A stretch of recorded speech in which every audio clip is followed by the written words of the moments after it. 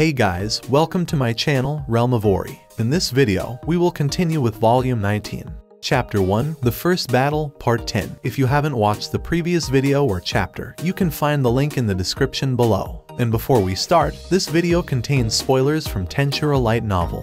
And by the way guys, please don't forget to subscribe to my channel and click on the bell icon to get notifications for upcoming videos. So without further ado, let's get into the video.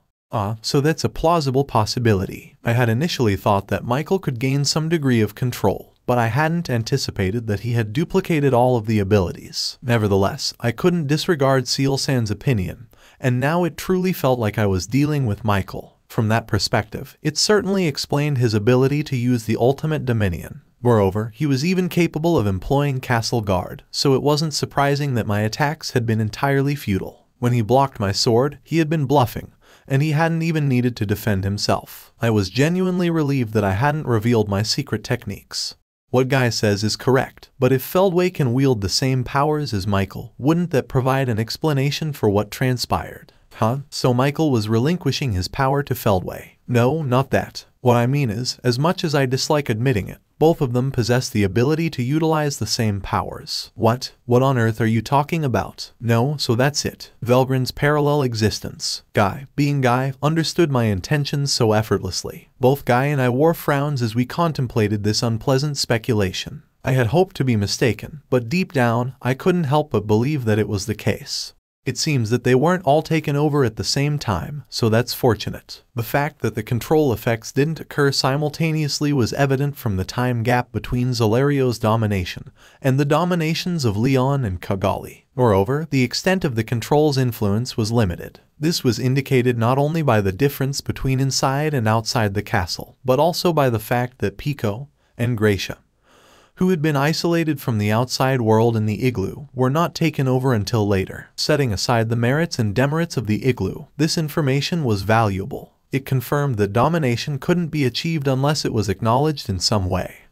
Rain and the others were slackers, but it was still a worthwhile discovery. It definitively proves that you must be able to recognize your opponent in order to dominate them. Guy seemed to agree with me, his tone dissatisfied. The reassessment of Rain was apparently a sensitive subject. But, well, it allowed us to accurately evaluate our enemy. I can't follow this conversation at all. I briefly explained to Sylvia-san and the others. I tried to organize my thoughts in my own way. It was likely that Michael was duplicating his powers and transferring them to Feldway. Therefore, in essence, Feldway couldn't be defeated without overcoming the Castle Guard. And since Feldway could probably utilize not only the ultimate Dominion but also the control system, only an ultimate skill user would stand a chance against him. In that case, the number of individuals capable of confronting both Feldway and Michael would be limited. Well, it's not all bad. My attacks were completely ineffective against Feldway, but now that I understand why, I feel somewhat relieved. Moreover, Velgrin told me that the ability is fueled by loyalty to the Master. When Rudra used it, he was invincible as long as there were Imperial subjects, but that doesn't apply to Feldway.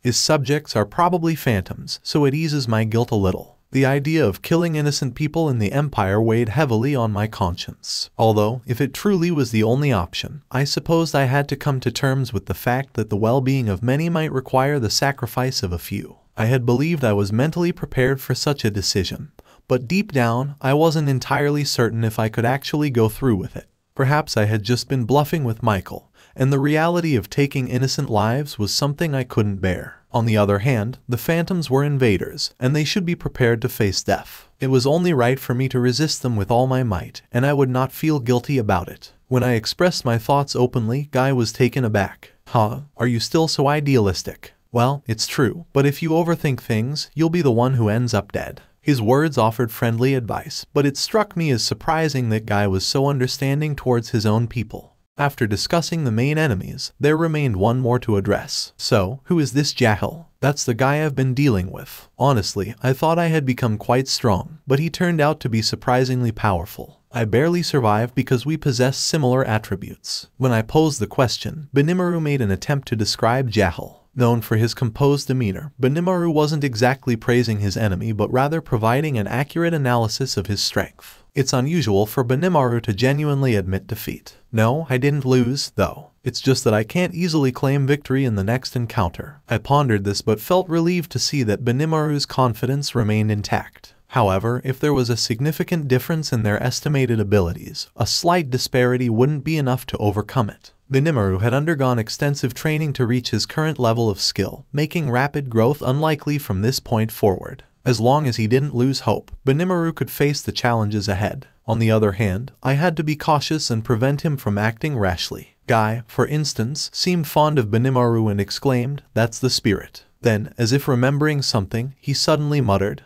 Come to think of it, what was the name of the jerk who summoned me? It was a despicable jerk who called himself the great magician Jahal, the leader of the great magic empire. That guy, he was a powerful human created by the divine ancestor. Even the divine ancestor considered him a failure due to his mental issues.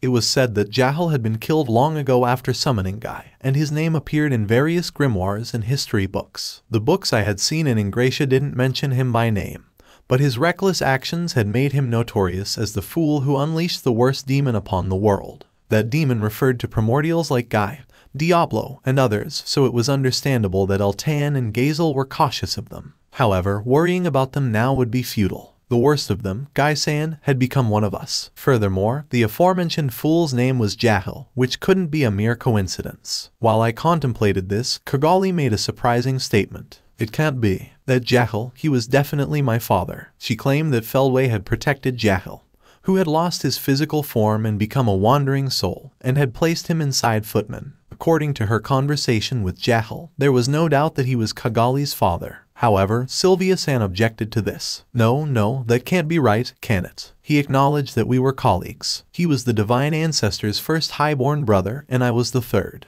By the way, Luminous-chan was the second. Jahal served as the progenitor of the High Humans, created by the divine ancestor. Luminous, on the other hand, naturally held the title of the true progenitor of vampires. As for the High Elves, it seemed likely that Sylvia-san held that ancestral position. It was believed that there were other highborn beings, but their existence had faded into obscurity, much like Jahal. It was said that they had vanished from history. In an interesting twist, Gazel's grandfather, Grand Dwargo, the inaugural hero king of the dwarves, inherited the bloodline of the High Dwarf and maintained a close friendship with Sylvia-san. In long-lived species, historical figures often became acquainted with one another. Sylvia-san and Guy were like living witnesses to such historical events, and it didn't seem inaccurate to describe them as such. But my father was definitely a high elf. Kigali was perplexed, yet she understood that her own perception might be unreliable. She tried to comprehend the reason behind the discrepancy, and a conclusion emerged simultaneously. So, my father, he was taken over by Jahal. Well, what can I say? That guy was a despicable jerk. It's no wonder Rain and Misery couldn't get rid of him,